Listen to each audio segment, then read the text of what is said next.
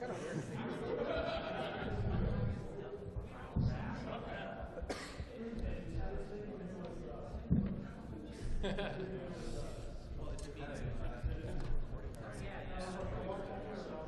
they have the live audience. The only thing I know is that got really fucking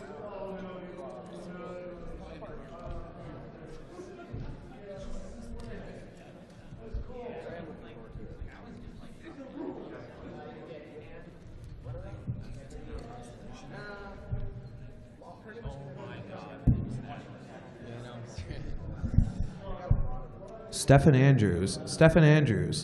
Attention. Stephen Andrews. He's going to sit out on this panel. I know he is. He'll come in once he's...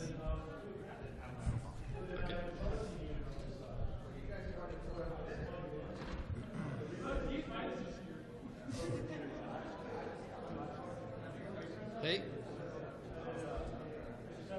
All right, sure. Sounds good, thanks.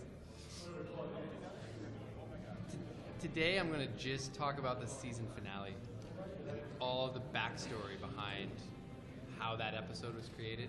So it should be interesting. Tomorrow we're going to talk about general stuff.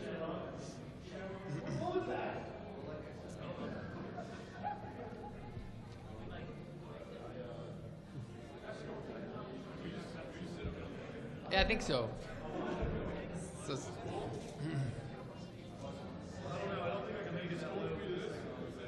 Yeah, there's not gonna be too many because everyone's over there, so we'll have our own little thing here. Yeah. If you guys see me on the ground, help me up. Actually, yeah.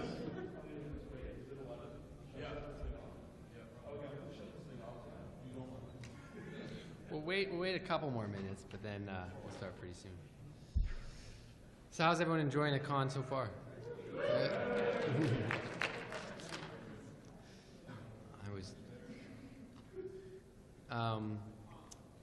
Yeah, so this panel was going to be Steph and I think we're going to do that tomorrow because the stuff I was going to talk about today is mostly about the season finale and the stuff that led up to the season finale because there's a whole history that took place, which is kind of interesting. Not really, I'm just warming up.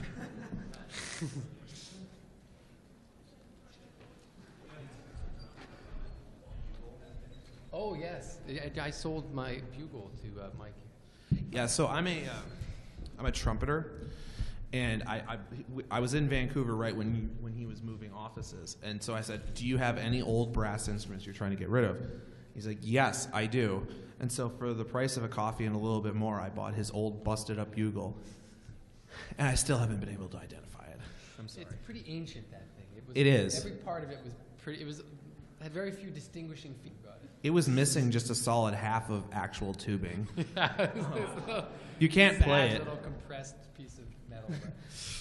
But I get the distinct pleasure of being able to say I own Daniel Ingram's bugle, which I think I like to claim because I'm an arrogant bastard. I like to claim that it's it's the closest thing to a canon pony flugelhorn there probably ever will be, right? Mm-hmm. It did have certain qualities. The bell was all bent in, so it kind of looked unique. It had a very nice patina. Mm-hmm. Well, so anyway, everybody, Daniel Ingram. Thank you. And thank you for coming here and not being with the big crowd. He wants to hear about BronyCon documentary and John Delancey, which I'd love to check out too. But anyways, thank you for coming. Hopefully it'll be worth your while. I think that's the problem this convention's had. They have so many awesome people and only so much time to schedule people in, and so it's definitely been running around for all of us. Yeah, there's a lineup for Tara Strong's signature happening right now too. Already? So there's anyone who needs to get in that line, I understand. This is the waiting area for the line. Yeah, this is actually that would have been a really good plan. They just should have lined it up through here, and then you would have sort of picked up. That would kind of make you like a roadside attraction, though. Yeah, that's okay. Pit stops with Daniel Ingram. Well, so anyway, Daniel, you are of course the main song composer for My Little Pony: Friendship is Magic, a little show, small impact, mild internet following. But you recently had an episode that just aired, the season finale, which I know you want to talk about, and I know these guys want to hear about, which was a glorious musical. I mean, I just want to start off by giving you at least some applause for that, because it was quite a feat.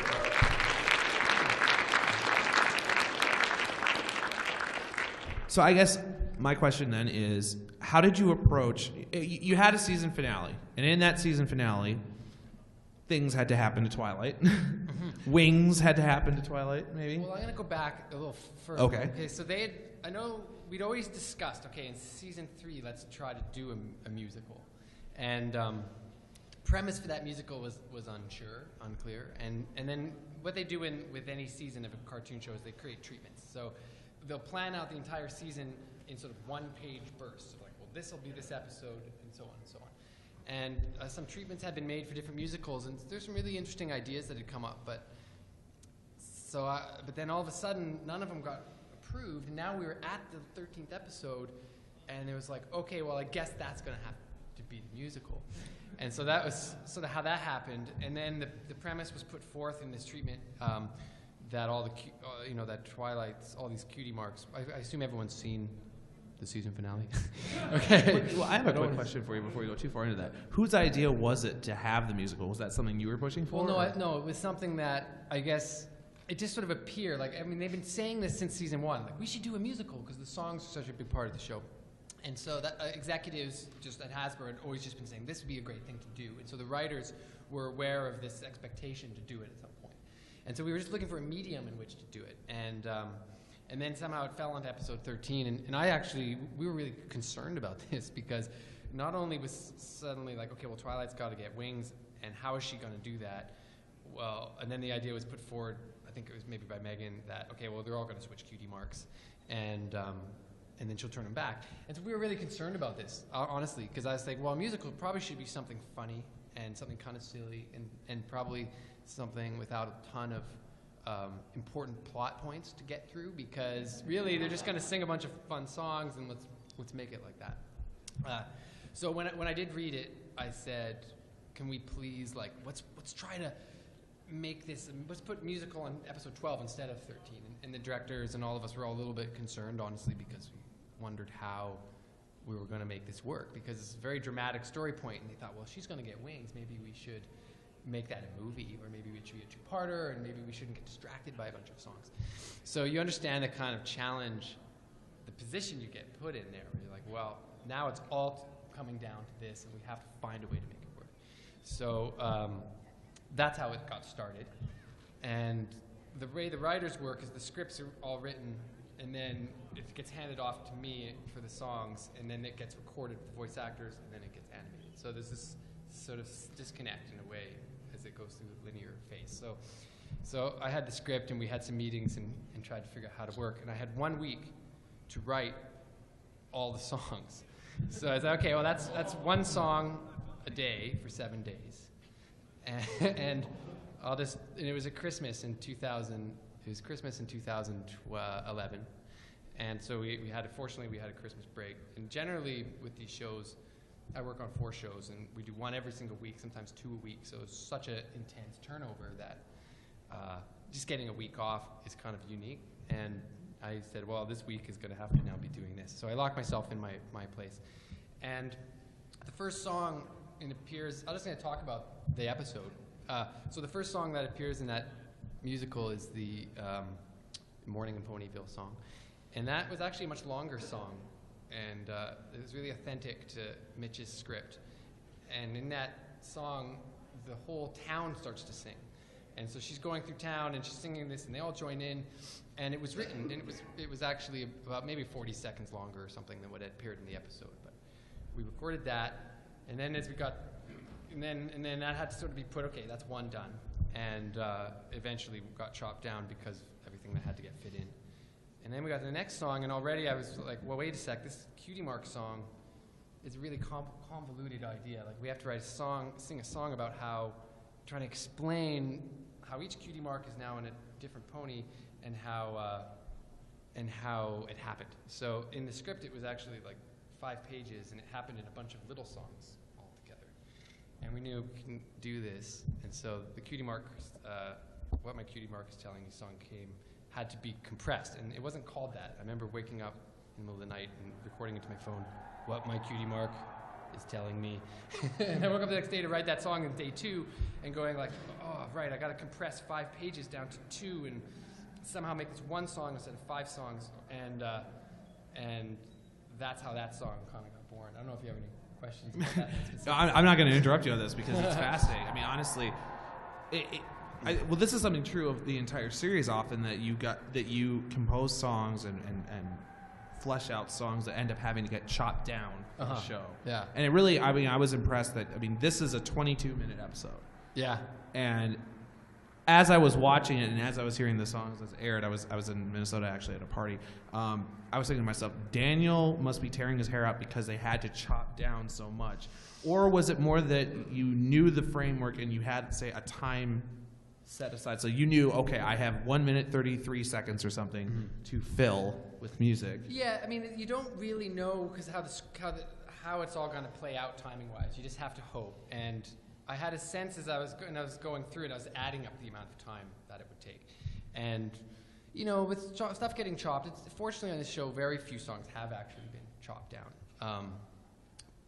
And this happened to 2 songs on this episode, so I'll get to the next one pretty soon. But at this song, it was almost like I had to chop the script down to make a shorter song, and that song couldn't be cut because it was so complicated. And I don't know, do people like that song, the Cutie Mark Telling Me song? Thank you. I really like that. That was actually one of my favorites because it was just so weird. Like harmonically, it's just doing all this weird stuff. And Stefan, who I don't know if he's here, but he's going to be on the panel with me tomorrow. He did the orchestration for that, and it was just he really brought it to another level. And I know this when I brought in Shannon Chan-Kent to sing the demo. She was like, Daniel, what is this? Because it's all chromatic. The whole thing is like all these chromatic lines. But so that was fun. That was a fun challenge. And that was day 2. And then it hit day 3, and it was really like, okay, wait a second. Suddenly we have this problem, which is we have to build this sense of something really bad has happened so that this can justify what comes later, that she's going to get these wings. And so there was the song that Twilight didn't have a song to sing at this point. She didn't have that. What she did was I actually thought it'd be kind of, if this was a longer episode, it would have been really neat to just go into all the, like exactly how the lives changed, like to go back into the history and say, okay, now all of these, like what would Equestria be like if they really had switched all the cutie marks? And we started to get in all these like deep philosophical conversations. Like, well, how would this work and how would this work? And what if like Pinkie Pie really grew up on the apple farm and how would this, and we really like, our minds started to melt and we just said, okay, we need to not get into the logic too deep and let's just get through that part. So we needed to find a way to make the emotional impact really important. So Twilight was going to sing a song where she just was going to sing about each of her friends and how much she loves them. So do you remember there's a scene where her and Spike go and she looks at this photo of all of them when they're young and she gives this little speech and that's when she has this epiphany. That little speech was condensed from the song that was going to be there. So it was going to be, she was going to look at this picture and sing about all her friends. And it was a very expository song about, you know, their history with each character. And I wasn't crazy about it. And I said, we really need a song here that's going to be something emotional, like that's going to show that this is really bad because we only have 2 minutes for us to feel like that this is a serious problem. Otherwise, we're not really going to know it's a serious problem because we don't have time to actually show how a serious problem it is. So the Find a Way song was my attempt to make something like emotional, and that was going to make us feel sympathetic. And now that song shouldn't have gotten cut down. So that was a 2-minute song, and now it's a 1-minute song. So in that 2 minutes, it got, I think, quite a bit deeper into this emotional import. Well, even in that 1 minute, though, I mean, in my opinion, that's the most powerful song in the entire series. The entire season, I should say. But, I mean, it's definitely up there with the rest of them in the rest of the series. I mean, it had that kind of an impact. And especially the timing of it. I mean, I know that you were working with the structure, but that song ends, and it goes to commercial. And if you were watching that live like I was, it was like, no! Yeah. Well, that was definitely the idea. Like, we wanted to go to commercial with something, right? Yeah. So that song, but I guess when it was done, it felt like it was sort of slow and so dark that maybe so sad that it was just we didn't want to linger there too long. And also with the storyboard, once it was getting animated, it was like, well, we've kind of run out of material to storyboard after only a minute. So that song got cut down. But I think essentially, yeah, the effect of it came across, fortunately, and there's a beautiful performance by Rebecca. And they just did such a nice job on the animation on that. I really like that sort of sepia tone or whatever. Yeah. You know. Well, in the scene, she's on her bed looking out the window or whatever, and it's almost like the lighting or whatever, everything. It's very powerful. It was really well done. So that was that song, and then we went to commercial break, and that was the third day. And so then day 4. I think what happened next was that other song got turned into dialogue, and she sees the picture, and now she has to turn her friend's back. And this wasn't the True Friend song. Also wasn't a song in the script. That was I'm trying to remember now exactly. It's a long time ago. But anyways, we knew we wanted some kind of thing about how she has to turn them all back again. And this was a really challenging thing. 'Cause it's like, shoot, we just sung a song about how they switched cutie marks, and now we have to sing a song about switching them back, and it has to explain it as it goes. And so this got even more complicated because you're going, okay, wait, now Fluttershy has to sing to Applejack, to Rainbow Dash about how she needs to help Rarity so that she can help Applejack, and those cutie, and then it ended up Jason and I had to like draw this map. Well, and I think actually it's a. Given that you guys went into it knowing, okay, Twilight's going to become a princess, she's going to have the wings. That episode structure, I mean, and of course this is a whole team effort, but that episode structure could have easily have been, okay, she at the beginning of the episode becomes a princess, and then it's all focused only on that. And what I really liked about the episode, and I know a lot of people I've talked to have really liked about the episode, is that you made a point of featuring all of the characters. Like, yeah, it's a Twilight-focused episode, but it shows that she couldn't be where she was without all the other friends, and and you give each of them literally a voice in the episode. Well, that was important. I mean, that was there. That was certainly part of the script in the beginning. It was like, the magic of friendship is got to be what gives her her wings, and they knew that was the impetus the whole time. So that was certainly part of the original vision. It was just trying to make that work. Was the challenge. And so I'll tell you about how she originally got her wings, because that was different. Okay. So she, so then they sing this True Friend song, which is like kind of a convoluted song because they're all trying to get back. But in the end, I think it's funny. I watched that song live in LA 2 weeks ago with the kids. So it was all the little kids watching it for the Princess Coronation concert. And that song actually was in the context of all these families there was the most effective song in the episode, because they're not really paying attention that much, and everyone's kind of just there and they're young. But that song is just so simple and happy that everyone actually got quite into it. So that was really satisfying for me. But so that was kind of a convoluted concept to get across, but we got through that song. And what was going to happen now was all of this light comes off them, and they blast Twilight, and then her wings appear, and then it goes to commercial. And this was a big debate I was having with Megan at the time, because she really wanted to go to commercial with her unexplained phenomena of these wings appearing.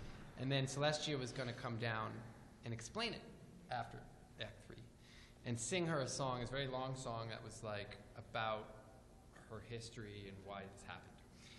And I guess this is where I kind of had a difference. I thought, no, I think we need to. This is such a big transformation. Maybe we need to have her Celestia song come first and bring us into this, so we can try to accept this change rather than just be like, oh, what just happened here? Why? So it doesn't just go straight from Twilight with wings to Gak. Yeah, and it just happened to her. Yeah, Gak, exactly. Gak twice or 3 times. How many times did they air that? Yeah, more than that. And so and it just happened in her house, or in the library is where it happened. And so yeah, all of that was so then this scene with this start of Act 3, this whole scene that happens was very complicated to do, if you imagine. So we said, why don't we create this celestial atmosphere where she's now been transported somewhere else. So just having her disappear should be a pretty good cliffhanger. And so that was changed. And then now she appears in this space, and Celestia's there, and there was a speech written for her. And I think Jason really had a big key role in that speech. And then the music plays, and then we wanted the music to just sort of segue seamlessly into this song where she would tell her how important she was. And I was writing this song thinking about, and all this was a little bit like, there was, at this stage now, because things are being shuffled so much, these lyrics are kind of up in the air. So I thought, well, I started picturing what it would be like for a parent to see their baby like grow up and then leave and move out, and this like empty nest thing that would happen. And so that was sort of, I thought, a really key. Everyone was really keen for a Celestia song, right? I mean, everyone was saying, when is Celestia going to sing? When is Celestia going to sing? And I was really excited to have Nicole sing. So that's how that song got born. But it had to be short, too, because we're in this phase now where we're like, oh, wait, we're like really getting to the end of this episode, and we're in Act 3, and she doesn't have her wings yet. And once she gets them, we're going to have to explain something. So it's like, again, it was like, well, how can I do this in a minute and have it be emotionally effective?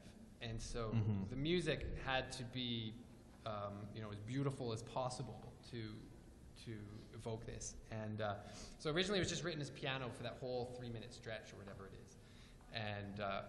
And in fact, the piano sketch for the demo lasted until she sort of rises and she floats up in the air and spins and all the lights come in, and then it extended. And I just said that was sort of handed over to the animators or the storyboard artists and the directors. And then they came back and then of course they wanted that transformation sequence to be so powerful now that they had to add another 30 seconds to that and have her float down from the sky in this big beam of light. And now she's returned from this sort of celestial space to this magical space down to the real world, and she's suddenly surrounded by her friends where they left her. And so that was really interesting, because it was like, okay, well now a year later, after this song has been written and this piano sketch has been written, tacking on this ending piece, and trying to fit it all to picture. So that was done, and then that was given to Stefan to orchestrate, and he added the choir and the strings and just did such a beautiful job of that. But I think in the end, looking back, I feel like that was a good decision. I felt like that to me is the most satisfying moment in the episode, is actually when she gets her wings. I feel like you kind of like feel like we earned it a little bit more. So I don't know. That's if people disagree with me or not. Yeah, so that's that song, and that was the end of day. I guess that's the end of day 4. And so we got into Act 3 by 4 days, and now Celestia's speech, where she was originally going to sing to her after she got her wings as a song, was now spoken. So that's where she floats down and she talks to her. So that was condensed down to her little speech there, and that's when all her friends bow, and now we have to get to this celebration portion. Do you have any other questions? It was one of those things where I don't want to interrupt you, but yeah. Well, okay, so going back to when Celestia, or for any of that matter, any of the songs in this episode, I mean, you mentioned that Celestia had a speech, and then that it became a song, or it was taken from being a song to being made into a speech. I know that M.A. Larson wrote the original script for the episode, and of course it's a team effort. But how much say did you have in, say, altering the script or the actual words themselves to fit songs, or did you have, say, a set script for example, Celestia's song?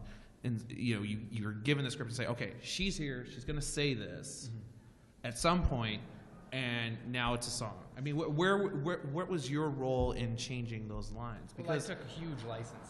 Okay, you did. Because I had to, because we were adding songs that weren't in the script, and we were taking away songs that were in the script, and changing them into dialogue. So I don't really write the dialogue.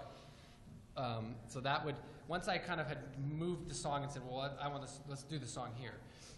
Someone had to take that dialogue and now make it fit. So I didn't, so the license I took was in the lyrics and the placement of the songs and the concepts behind certain songs that weren't in the script, or vice versa. Some stuff totally stays the way it is. I never try to change the writer's words unless I have to. So, in fact, in the first 2 seasons, I rewrote very few lyrics. And then I only had to sort of, because of this monumental challenge of this episode. Yeah. And kind of going, well, Daniel, we want it to be musical, so this is kind of on your shoulders. Here you go. And knowing that it was a really hard concept to make into a musical. It wasn't really the musical that I wanted to write at that time. But I knew we had, and we were up against it to make it work somehow. So that I had to take license in this case. There is like the ending of what had happened is then she got her wings, and then there's this like very long song that was her flying with her wings and singing about it, but it was all to the theme of My Little Pony.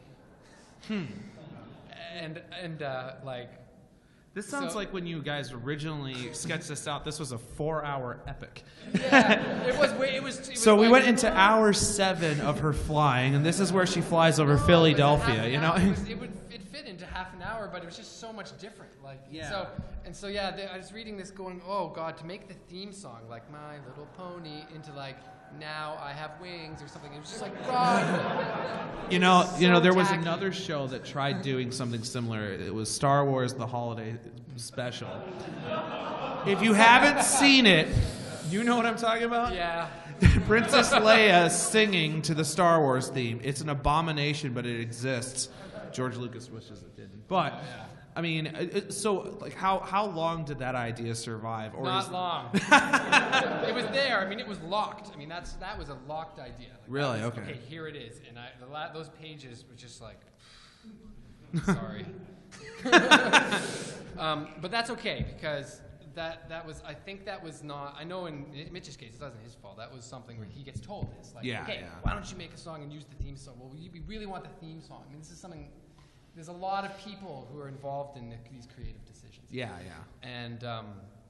And then there's these sort of individuals that kind of have to do it, make it, piece it together. And so at that stage, I was just like, I've been locked in my house for 5 days and writing these songs. Like, I was like dehydrated. At that point, you're twitching. Delirious. Ponies. Yeah, and I was just like, I'm like, we only have enough time for maybe another minute worth of songs at this point, because it was very important, I know, to Megan to have these speeches where Celestia has to say these things. So Celestia has like 3 speeches in this episode.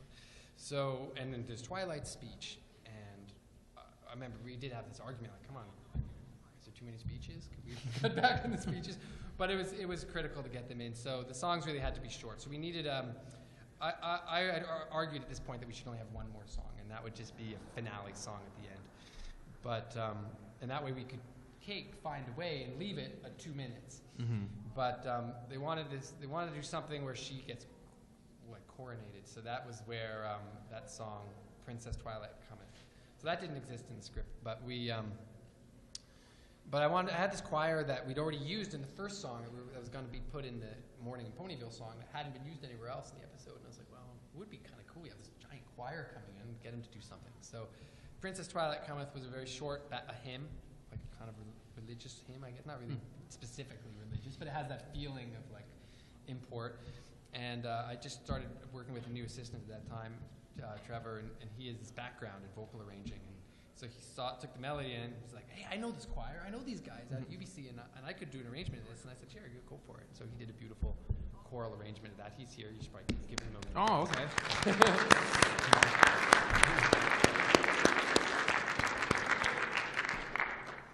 Was that another choir working with Monique Kreber? Because I know that Monique had also worked with some of the other songs. No, this was a different section. Oh, okay. Yeah, I can talk about that. I was going to get into sort of production-y stuff tomorrow when Steph's here and we'll talk about the whole recording process. But we could talk a bit about that if we have time to.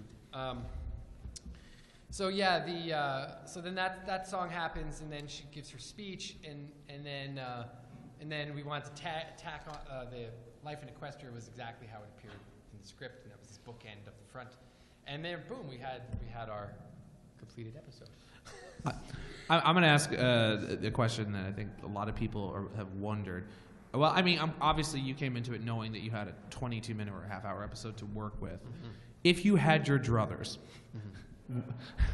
I mean, I think a lot of us that I've talked to, or a lot of people I've talked to, including some of the writers, et cetera, thought that this should be a 2-part episode. Oh, I think we all wanted something else from it, but I think at the end what we got was great. Yeah, actually. yeah. Like we really, I think everyone felt that we had taken a difficult challenge and made something that we feel really proud of. So I don't want to get too much into what we could have done because... Well, and that's something, too, though. I talked to MA after the episode, and I said, you guys did an incredible job of packing a lot of stuff into that time frame and not making it too rushed. In my opinion, at least, I didn't think it was overly rushed somehow. I think the more you watch it, it feels like the pacing seems better to me. Like the first time, it might be like a lot to take in because it's just so complicated how they get switched and back and all that. But yeah, I think over multiple viewings, it seems to actually make sense. Now, last season, in season 2, in This Day Aria, you had a deceptive cadence in your song, a little secret little thing that they picked up on. Did you do something similar for this one? I did, sort of. It wasn't a musical pun, but it was a pony pun because, I think most people have picked up on this by now. Art of the Dress from season 1 opens with that little mandolin line, right? And so when they're singing that What My Cutie Mark Is Telling Me song, and it gets to Applejack, and now she's like doing Rarity's job, trying to make this dress, and like doesn't know what she's doing. I thought, okay, I just remember getting to that part of the song, and that riff came to my head, and I just started laughing. I was like, this will be hilarious because it's like a chromatic version, it's like a twisted version of it. So that's a little inside joke just for the really, serious pony fans who know all the songs well. There are a few of those around here. Yeah, that was probably it from a musical perspective that I can think of. I don't think there was any really extra little music puns that I was able to do this season, but yeah, that was that. Going back to Celestia's song, did you, knowing that it was going to be Nicole singing for the first time in the series, did you take that into account in how you composed it, or is it more that you thought of the character and then went from there? Yeah, well, what I would always do in this case is I start by writing the song for the character and not worry about who's going to sing it. But then I will definitely keep in mind who's going to sing it once the song is written. And so the beauty of, I think one of the reasons why it didn't work out to have Tara sing for Twilight was because we weren't living in the same city. And it was so important for me to be able to have such immediate access to these singers, because what'll happen is some of the songs are in really strange keys, and people are like, Daniel, why did you write this in C-sharp major or whatever? Some of us who have tried to play, say, Art of the Dress or Winter Wrap-Up on a trumpet have noticed that it's in G-flat major, and it's like, come on. Yeah, well, it wasn't written in G-flat major. None of the songs, they're all written in C major. But then I'll change the key to suit the singer. So we'll bring them in, and I'll have her sing it, and kind of just take the music and just kind of notch it, and then notch it, and notch it around until it's like, oh, okay, that range seems to really suit them. And this is, it's something I think that doesn't happen on a lot of shows who have songs. And I know this because I've worked with so many voice actors. They'll go in and they'll sing a song on another show, and they'll be like, oh my God, I sounded horrible because it was so high. Or it was so low, and it was maybe written by men and women. I really, really sing generally.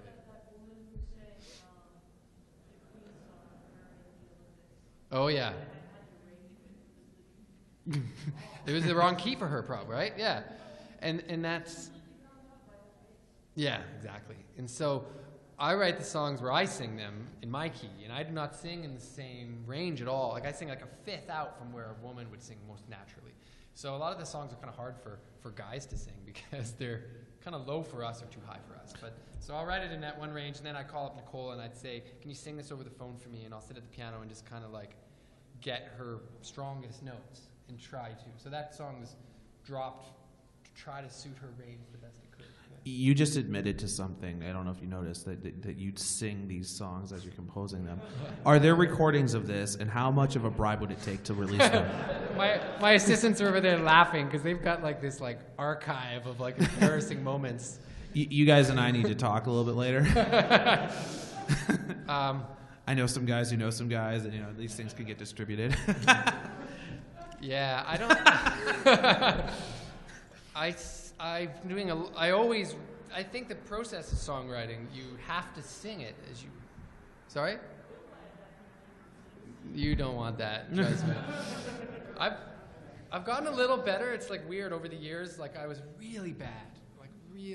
And I know this for a fact because we use like an auto-tuning program to kind of tune stuff. And I tuned my own stuff back in the day, and I'd just be like, wow, I was like a whole key or two away from what it was supposed to be. And you just sort of be moving these notes into place, you know. Anyways, but I've gotten a bit better at singing, but not good enough to actually sing on the show or anything. And but yeah, I think when you're writing songs, to create a vocal line that feels natural for someone to sing, it's different than what you play on a piano. So it's really, I think, important to just be able, even if you're a bad singer and you're writing a song for someone else, which was my case, and most of the time, was still to just try to sing it yourself and make it feel like good for your voice. Well, and that right there, I mean, maybe that's going a little bit too much in the process, and you can talk about that in the future panel. But I mean, so you compose the songs though on the piano primarily, then, or do you change how you compose the songs? Like, for example, that the hymnal, "Twilight Cometh" song. I mean, knowing if it's going to be a choral arrangement, do you approach it differently? Do you press a different button on your keyboard to get that? Yeah, well, no, it's definitely the medium I think the medium you use to write a song is important. Like, I write songs on several shows, and the styles change so much. Even on this show, the styles change a fair bit. So if it's a pop-based song, I'll play it on guitar. Yeah. And I'm more comfortable as a guitarist, actually. And so but if it's like a musical theater song, like to write what my cutie mark is telling me on a guitar, like I don't think I can play that on a guitar. So it really depends on the style of the song. So if it's going to be Broadway, musical theater, choral, I think the piano is the best way to approach that because you've got so much more chromatic language to work with. But with on a guitar, I sort of I just write pop songs. So I think I almost like have two sides to me when I'm writing, like the piano-based guy and the guitar-based guy, and I'll just make a choice. And sometimes they'll transition. It'll start on guitar and then switch over to piano. I was going to say, I mean, I imagine some of them become hybrids in a sense. Eventually, every song ends up in MIDI as a piano sketch. Okay. Because the biggest frustration when you're working in a corporate kind of world is that I'm not writing these songs for my own. I mean, I write them for my own enjoyment. I try to enjoy the songs, but someone else, a lot of other people have to approve the song. And so if you're going to go and write it and then record it and put in weeks and months of work and a lot of talent of various people you bring in to record instruments and whatnot, and then you send it off to the corporate body and the Hasbro brand and whatnot, and they're like, we hate this song. Then you're like, no. So has that happened to you? It's happened on other shows. I don't know if it's ever happened on Pony. I'm trying to think now. I don't think any song has ever been rejected, but there's been battles for sure. When Pinkie Pie's Smile song was written, I had a very different idea for that song than they had, and so that was gonna get rejected.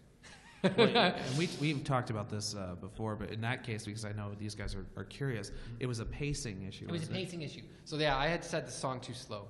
And I know Jason wanted it really happy, like syrupy, sickly happy. And it is Pinkie Pie after all. Yeah. And I'm like, no, I want it to be like, I want to feel for her character too, right? So we were having this argument, and in the end, we reached a happy medium. Everyone was really happy with how it came out. And a lot of that came down to Shannon just doing such a good job on singing that song. And also Dave and Stefan doing incredible production on that song. So like things have gotten close. Like it gets hairy, where you submit this thing as a demo. Because when I submit it, you can imagine now it's just say Pinkie Pie song with piano and maybe me singing or Shannon singing, and they're kind of like, I don't know, like it doesn't sound like that much at that stage. Like it doesn't. It's not ultimately where it will go. And you have to hope that these people are going to be able to hear it and have a vision for it and have enough faith in you that they're going to do it. And fortunately, on this show with Hasbro, like they are those people. Like they really put a lot of faith in me, and they put a huge amount of encouragement for it. And they're like, even though it's a bad piano demo with me singing, they'll be like, great, love it, do it. And then that starts this huge production phase, which is a whole nother thing. So for when you were working on the season finale here, with the number of songs that were included, did you send them all off to Hasbro as just one big glut of demo tapes, or did you get them independently or individually approved first? No, I wrote them all. I just wrote it all alone for a week, and didn't show anybody anything. And then I sent it all out as a big batch of songs at that point. That's how that was. So you just overwhelmed them. They're like, okay, well, here's a pile. I was in constant contact with Jason and Megan, and saying, okay, look, this is what I'm changing, and this is what I want to do, and they were giving me their ideas, and we were debating back and forth, and there was a process of all of us talking and collaborating about that. But then the actual songs didn't get sent to Hasbro until I think it was a batch, but they were all piano sketches. Mm-hmm. Nothing was orchestrated or filled out. But they were all. We were very. We were far along in the process. So everyone was just like, okay, that's good. Let's just do this. And so it just had to happen really at that moment. Yeah. Well, I've got two questions, and I think I'll open it up to Q&A because I imagine you guys have some questions for Daniel as well. But first question is, and just to get it out of the way before somebody asks it, have you heard any rumors, or has Hasbro finally started thinking about perhaps releasing an official soundtrack to the show, especially after this season finale, because of all these amazing songs that have been out there? Yeah, I get asked that question all the time, and I know everybody at Hasbro they love songs at Hasbro. I mean, like, we're doing Littlest Pet Shop now, and there's so many songs in that show, and Pony, they're always encouraging as many songs as possible. And so they're really behind the songs, and they put a lot of resources into it, frankly. Yeah. And we're hiring choirs, and we're hiring session musicians, and all these voice doubles, all that stuff. Like, they want the absolute best out of it. So it doesn't make sense why there's no soundtrack. Yeah. Well, it's funny because they have toys that sing songs. Exactly. But I think... And when their batteries die, it's hilarious. Anybody see that Pinkie Pie? You guys know what I'm talking about. There was a Pinkie Pie plushie that sang "Smile, Smile, Smile," and there's a video online. Like the satanic version? Well, the battery's dying, so it's like, smile. Yeah. I can imagine. That's how I wrote it. It got down to the pacing,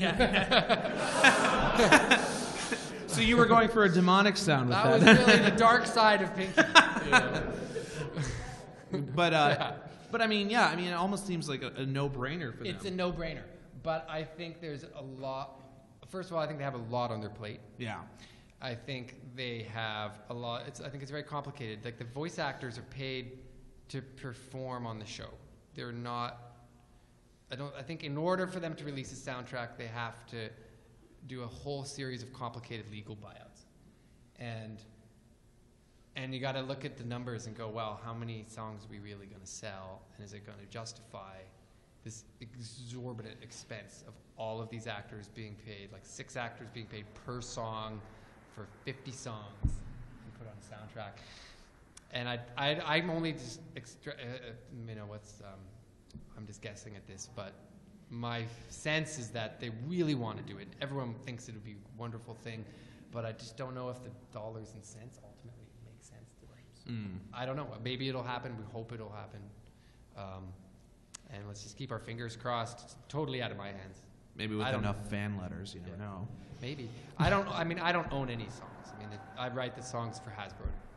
Yeah. Well, okay. So a penultimate question before we open up to Q&A: was there a song in this episode, in the season finale, that was harder for you to write than the other songs?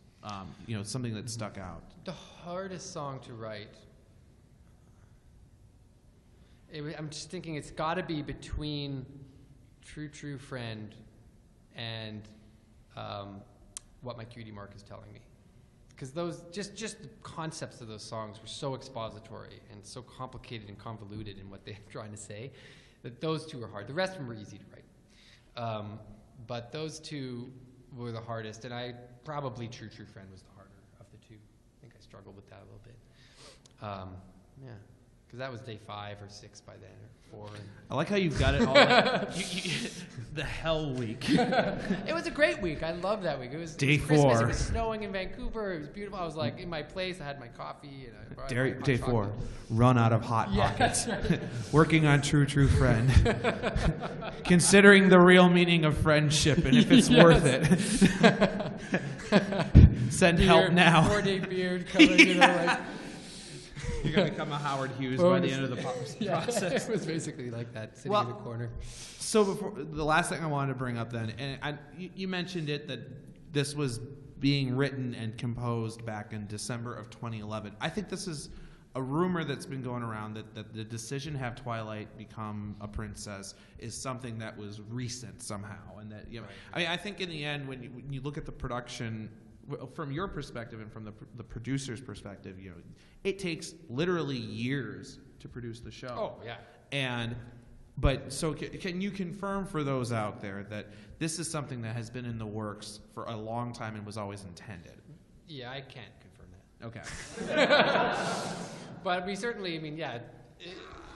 I don't really know the working. I'm a simple songwriter. I don't know the brand. I mean, as in that this is not some.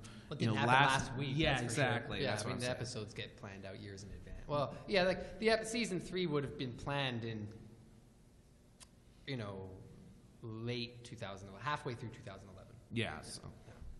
Yeah, this is the last episode of 2000. Yeah, so I mean, that whole season was being written throughout 2011. So yeah, I mean, clearly, they had that plan at least at least a couple years ago. Yeah, that's what I was getting at. Can you? And then last but not least, can you speak for Hasbro? Like nope. 100%. Okay. All right. Well, if you guys have questions, there is a microphone back there. Obviously Daniel can't talk about things that have not aired yet. Mm-hmm. And there are things that have not aired yet, I think. Yeah, well, theoretically. All right. Mine was pretty simple. When I saw Good Morning in Ponyville, it reminded me a lot of the scene in Beauty and the Beast of Belle saying bonjour to everyone. Yeah, that's what I thought. Was there any inspiration there with that, or is it just coincidental? Totally coincidental. Okay. Yeah. I had that same thought too. I think what it might have been was the scenery. Yeah, that probably the she was going through the animated, where it town. was animated. Yeah. Yeah, and all that gets animated afterwards. I mean, I have a kind of vision. When I'm writing the songs, I'm always thinking about, like, how are they going to animate this? Like, what is that? Now, in that case, the script was very specific. Mm-hmm. And, like, Mitch had laid out, like, exactly what she does. And, again, that actually got even right down to her tap dancing on the table and stuff like that. So maybe he might have a specific vision for that. But I know musically I just approached it like, okay, a big, happy, orchestral musical theater thing. I didn't really think of any specific musical references, but thanks. He just texted me. What do you say? He's like, lunch? Hey, so in my head, this is kind of drawing back to the talking about the soundtrack. When you're writing songs, do you like, if you have a 40-second gap or whatever that you're going to fit a song into, do you write a 40-second song, or do you have an image in your head of a bigger song that you kind of trim down to 40 seconds? Right. That's a good question. So what'll happen is we'll get the script and we'll sit down and have an initial meeting with everybody and say, okay, how long are we looking here? Because they can estimate a length of an episode by the number of pages, and per page of song will usually equal about a minute per page. So if the song has been scripted as 3 pages, it's like, okay, so do you want 3? Oftentimes, on other shows than this show, the script will only be like this little wedge of lyrics, like 5 lines.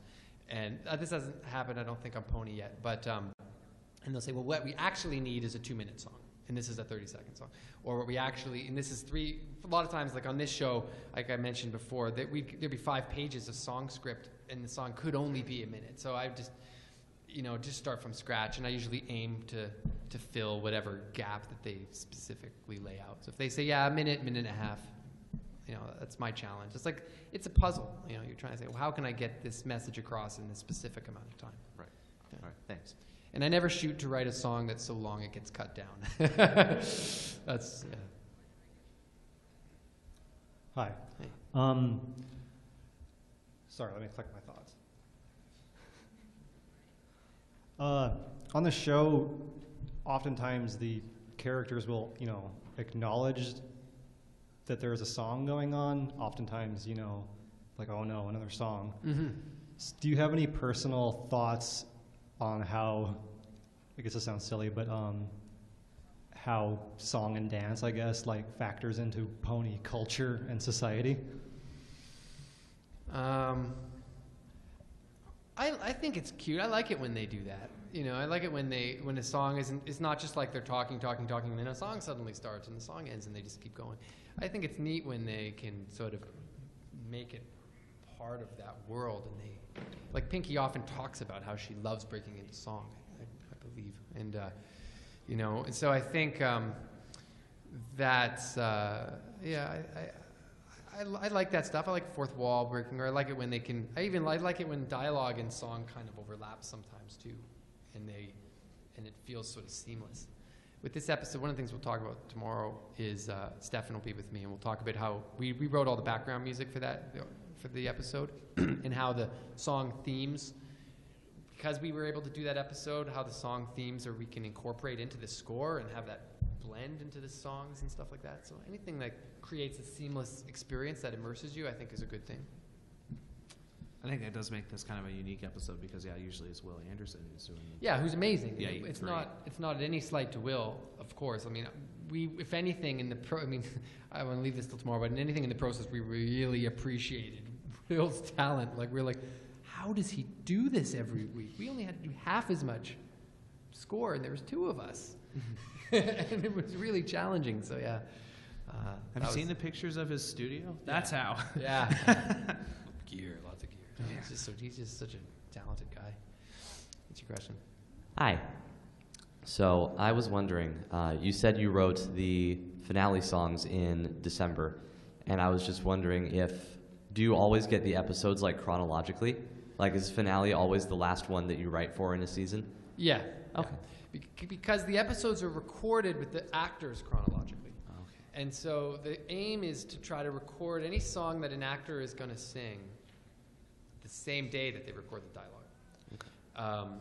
Because they get just booked for that day and they're busy, right? So so they get recorded chronologically for that purpose.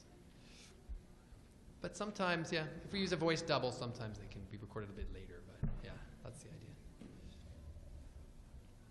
All right, the inevitable question that just had to be asked. So now that season 3 has just ended and you can talk about the season finale, which song in season 3 is your personal favorite? That's a good question.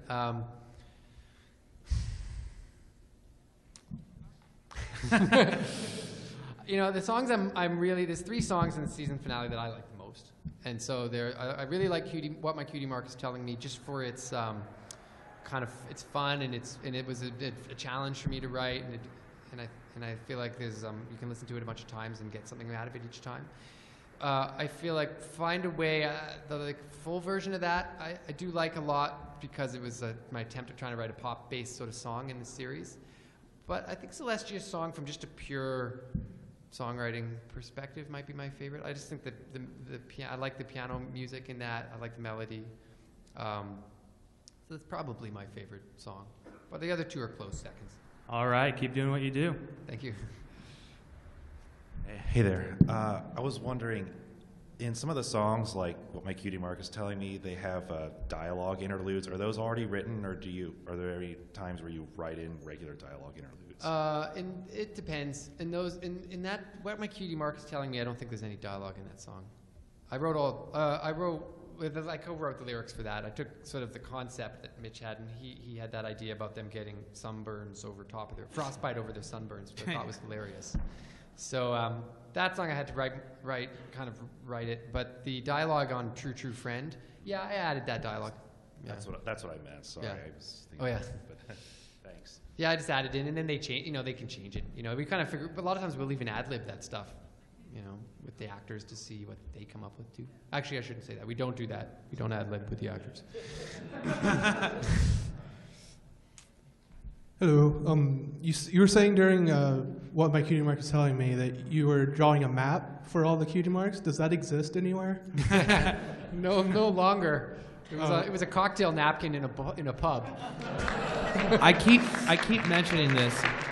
These artifacts, the money you could make off of them. I know, probably. I think my trash, like just the amount of sketch scores and like handwritten charts and like weird notes and stuff. Yeah. If you look out in the streets sometime and there's some, brony rummaging through the trash, that's me. Yeah, you're gonna have a mask on. I'm like, I know it's you, Mike. I can see you. I had another question. And it's the recycling bin, not the. Do you ever use like unfinished songs that you have, and you say like, "Oh, this is a good song for what they have in mind," or stuff like that? Like, do you ever write? Almost in every case, the song is written very specific for the episode. Mm-hmm. There's one case in my career where I wrote a song for Hasbro that was rejected that I used in a different show. But it was a theme. I wrote a theme for one show, and it was just a demo, and that didn't get used, and I had it in my back pocket, and then it wasn't on this series, but on another show. It was like, oh, wait a sec, this song they need is kind of like that theme, and it never got used, so it just became the impetus for another song. But in most cases, no, you just write it it's like something very special just for the show, and it doesn't have any use outside of that. Well, this is something that even writers talk about, that sometimes they'll have a script for an episode or an idea in an episode, things get chopped down, things get rearranged or whatever, and that they can't necessarily talk about those things because those elements might appear somewhere else, something else they do later. Mm-hmm. So it sounds like it's almost the same with what some of the stuff that you compose. Yeah, for sure. And every once in a while I'll write something and I'll kind of go, oh, I really like this. Maybe I want to keep it for myself, one day. Because I don't own anything. So it's like I'm writing it as for Hasbro. But I never do. At the end of the day, I'm happy to write. So what you're telling us is that there's a super secret song somewhere hidden away that's the ultimate pony song that you haven't released yet. That's correct. Waiting for the perfect day. We were talking about bribes earlier. I actually have a couple of questions, but hopefully you can roll it all into one answer. So okay. Most of the songs for the show you do, they're either kind of like these Broadway show tunes kind of songs, or they're like a bubblegummy kind of thing, or sometimes they're both. But at the end of season 2 with This Day Area, it was kind of a big departure from that. So I'm wondering, how is your approach different for that one? And how much of it, the fact that it was a musical departure, how much of that was your idea, and how much of that was requested of you from Hasbro?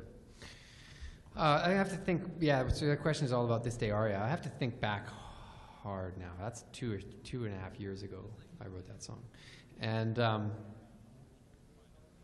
it was the first villain song in the series. And, when it comes to the specifics of the music, no one has any input. I mean, it's really, that's essentially my decision to make initially, and then it has to be approved. So we knew, obviously, a villain song has to be dark, and it kind of goes back and forth where it's positive. That, I guess your question was, that was the lyrics for that were very well written, and so I just took the lyrics and wrote. I don't know. I never think of it as a departure. I guess if that song stands out in the series, I think it stands out because its nature as a song that's like a darker song that prior to that we'd never gone there. I mean, My Little Pony is really a pretty happy show, right? And so the only people who were ever going to sing in the beginning was Pinkie Pie. And so the Pinkie Pie Laughter song and a bunch of her ditties early in this first season, that was kind of like, okay, songs in this show will be Pinkie Pie singing, and that'll be it. And then from that to This Day Aria, where it's like, let's do this fully fleshed out dark song.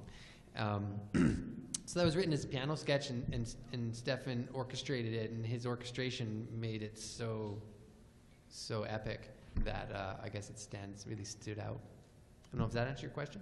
Yeah. Howdy there. Oh, yeah, sure. Howdy. Question on how you do your development process. You mentioned that you start with piano sketches, but for the pieces that you know are going to become larger orchestral pieces, do you take it one step further? Perhaps with orchestral patches, or drop it into Logic or Reason or something like that, and do some bare bones orchestration yourself? Yeah. Or okay. That's a good question. Definitely for the pop songs. I will always, I'll mock those up pretty well because I have to sell them to Hasbro. Like, it's not sell, but you know what I mean? I have to pitch them. So to make the pitch as effective as possible, I try to make the demo sound as close, sound good. So anything that's kind of pop really needs some production. And I write everything in Logic as well. So everything will be, I might write it initially on the piano or guitar, but I'll put it into Logic. And so for the orchestral stuff, yes, if I think the piano sketch really does it justice, I won't bother, but I'll add orchestral elements like strings and some basic brass and things, and to play the different themes if necessary. And then once the song is approved, I just don't like to put too much upfront work beyond the writing of it until it's approved, because so it's that funny balance between, okay, I want this to sound just good, good enough that they get it, but not so good that we've invested so much work goes into the production of these songs. Right. You don't want to hamstring Will. How much work. Yeah. So then after that, then usually Steph and I will sit down and have a really detailed conversation about the orchestration and go from there. Excellent. Thank you. Cupcakes. I don't usually grab a mic to say thank you, but I do want to thank you for going to bat with the Hub to get us versions of songs that aren't on the show, like full versions, and you know what I mean? So thank you. Please keep that up. We really appreciate it. Everyone really appreciates it. Yeah. I was really happy they did that with, thank you. They did that with, what is it, the Love is in Bloom? Love is in Bloom. Yeah, that was great. And I didn't even know they were going to do that. That was awesome that they did that. So hopefully they'll do that again. And then, as someone who's both a watcher of the show yourself and obviously have a significant creative input, what character or characters who haven't had songs yet would you most like to write or be able to flesh out through song? And if you accidentally spoil something for season 4, then oh well. Yeah, Seth's over there going Trixie. Also, Trixie. Seth wants to know how many Trixie songs are in season 4. Double digits. Yeah, I don't even want to say anything about what's coming, because half of it I don't even know, honestly. I'm the last to know sometimes. But I do, just thinking purely abstractly, I think a Discord song, I'm thinking about John Delancey, would be really cool. That would be cool. All right. Thank you. Yeah. 2 questions also. And a Luna song. It's got to be a Luna song. Yes. Again, this is no promise. This is just purely this would be cool, but... What percentage of songs would you say actually sees the light of day that you create? Sorry? About what percentage of songs that you create would you say actually sees the light of day and gets aired? Oh, 99.9. Oh, so you don't actually finish parts or... I see. Yeah, maybe 99.8. Oh, okay. And most of it gets fully rendered. Yeah. Oh, okay. The only songs that have ever been cut down were "Love Is in Bloom" and then "Find a Way" and "Morning in Ponyville." I think those are the only songs that have ever been cut. Oh, okay. And one other thing, not quite music related, but you were talking about they rearranged the way that the Twilight got her wings and things like that. The way it actually aired, do you feel Twilight earned her wings and gained them through her own power, or do you feel like Celestia gave them to her? Oh, she earned it. Oh, yeah, for sure. She earned it over the course of her life, right? It wasn't just that one event. I mean, that's what we tried to sort of kind of remember while we're doing this. And we had Celestia tell her, this wasn't just about this one thing she did. It was about everything that she'd done up to that point, right? To justify it. All right. Thank you very much. I've got a couple questions, if that's okay. First, what comes first in composing? Is it lyrics or music, or is it both at the same time? It's a great question. Did you say another question? Oh yeah. Also, do you know anything about releases of the background music, not just the actual songs, but the actual just background music?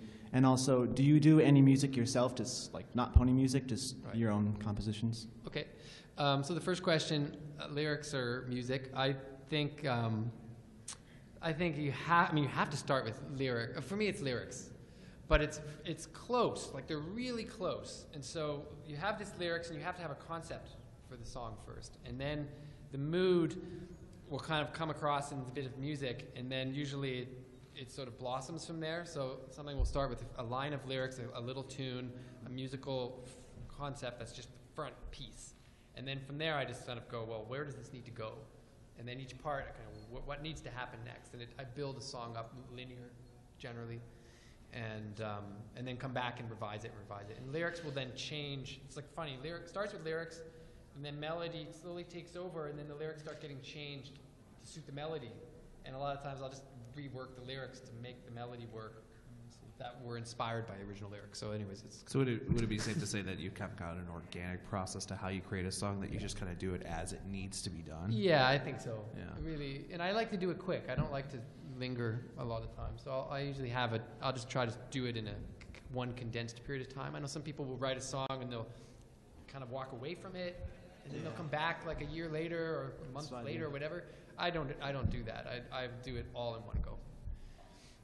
And then and then your other question about the background music, I have no idea about that. I know they released the Transformers background music, didn't they? Yeah. So yeah, I think it's possible, and certainly Will deserves it. I mean, incredible background music in the show. Yeah, I love it. And your other question was about what's the other? Oh yeah, my own music. Yeah.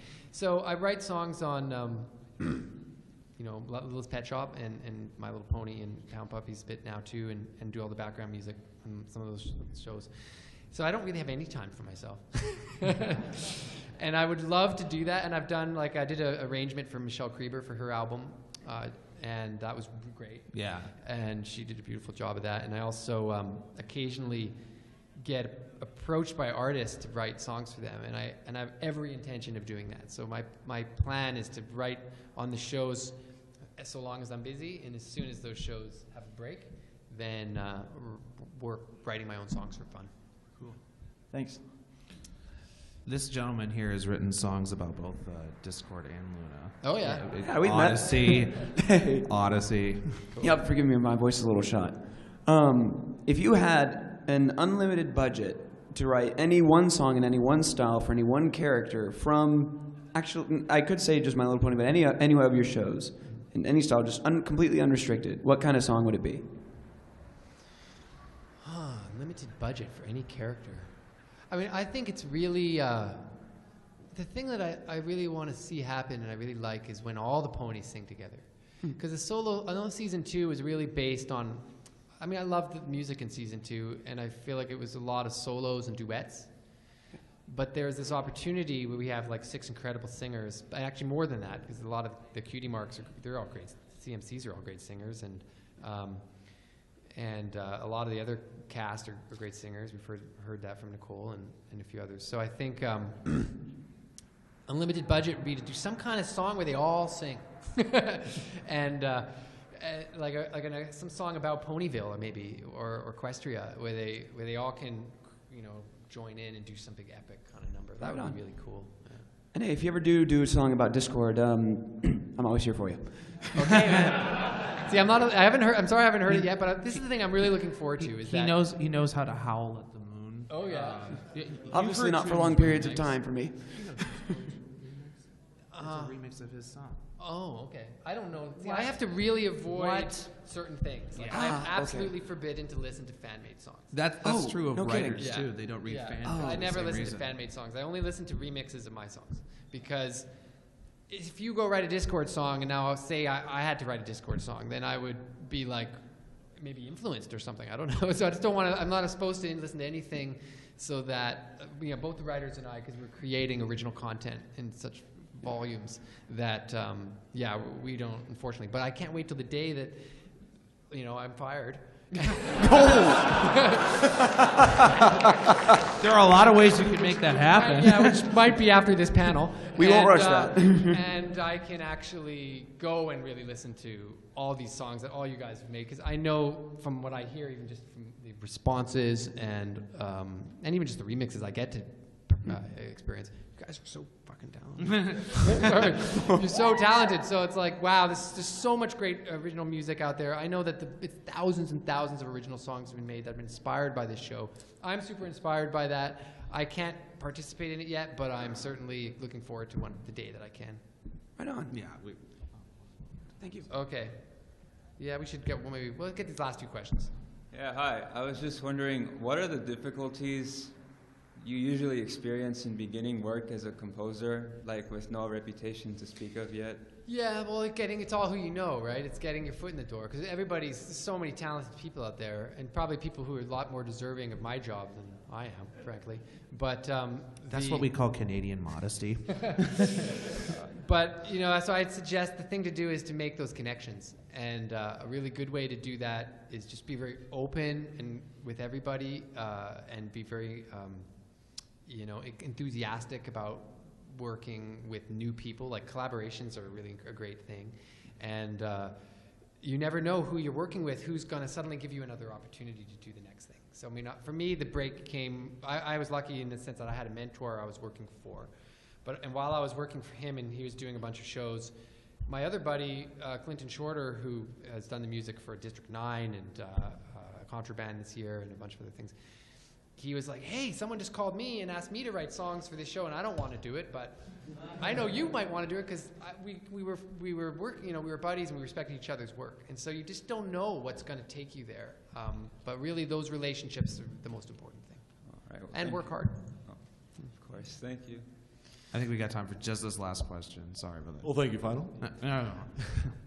Well, Daniel, first, the majority of the reason why I'm coming up here is to say I really enjoy all the songs from Littlest Pet Shop. Oh, thank you. So they're amazing, awesome. Oh, and that other show, whatever it's called. Ponies. Pound Puppies? Yeah.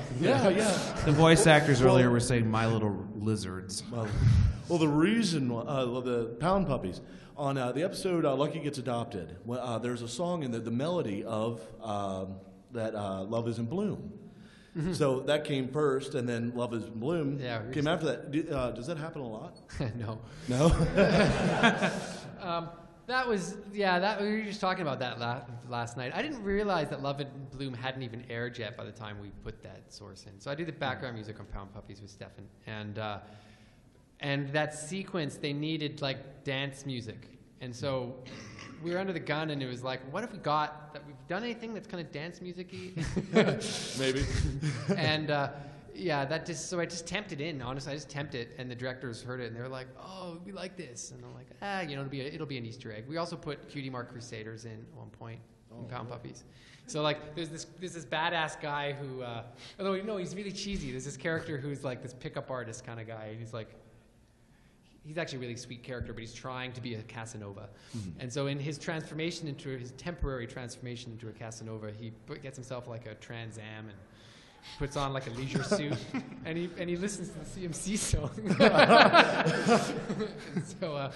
So we kind of threw that, and he just pulls up, and you can just hear the last minutes of the sort of guitar riffs going, and then it fades out. So I throw these little things in because it's all Hasbro's property. We can kind of have a bit of fun. What TV show was that you were talking about? That's all Pound Puppies. Pound Puppies? Yeah, that was Olaf turns into, Awesome, man. Well, thank you. Thank you. Well, thanks, everybody. Thank you for coming to the panel. And I just want to also call out Mr. Stephen Andrews, who snuck in the room as well as he could. He's sitting right there, so. Yeah, so tomorrow, and this panel is going to be mostly about, I didn't cut off your applause stuff. This panel was mostly about like the season 3 finale initial process, but tomorrow Steph and I will do another panel together, and we'll talk more about our process and the other stuff we do in the show. So yeah, you just come back tomorrow. It'll be a different thing. All right, thanks.